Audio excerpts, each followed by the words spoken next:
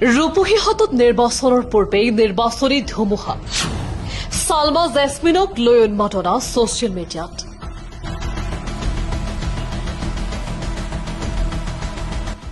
2026 নিৰ্বাচনলৈ এতিয়াও সময় বাকী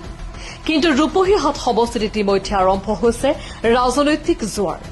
এই জোৱাৰ কোনো সাধাৰণ প্ৰচাৰ নহয় এয়া এক জনমতৰ বহিঃপ্ৰকাশ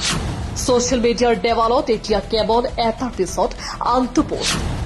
আমাক লাগে সালমা জেছমিন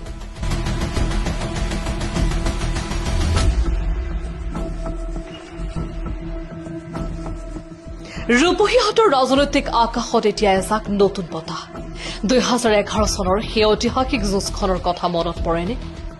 মাত্ৰ 233টা ভোটৰ ব্যৱধানত যিগৰাকী নেতৃত্ব থমকি ৰৈছিল আজি সেইগৰাকী সালমা জেছমিনক লৈ পাগল হৈ পৰিছে ৰূপহী হাতৰ ৰাইজ ফেচবুকৰ পৰা হোৱাটছআপ ষ্টেটাছলৈকে সকলোতে এতিয়া এটাই দাবী এনডিএ মিত্ৰজোঁটৰ পৰা সালমা জেছমিনক প্ৰাৰ্থিত্ব দিয়ক সচেতন ভোটাৰৰ মতে নুৰুল হুদাৰ অভেদ্য দুৰ্গ যদি কোনোবাই খহাব পাৰে তেওঁ হ'ল কেৱল সালমা জেছমিন ৰূপহী হাতৰ চুকে কোনে এতিয়া আলোচনা এটাই উন্নয়নৰ গতি কোনে আনিব ছচিয়েল মিডিয়াত দেখা গৈছে এক অভাৱনীয় দৃশ্য বিশেষকৈ যুৱ প্ৰজন্মই সালমা জেছমিনক এগৰাকী বিকল্প শক্তি আৰু উন্নয়নৰ সেনাপতি হিচাপে মানি লৈছে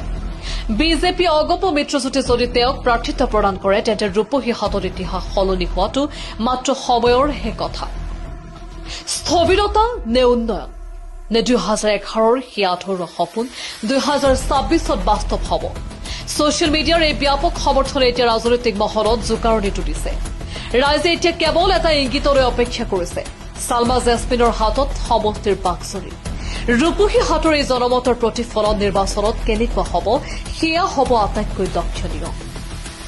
news desk report Assam live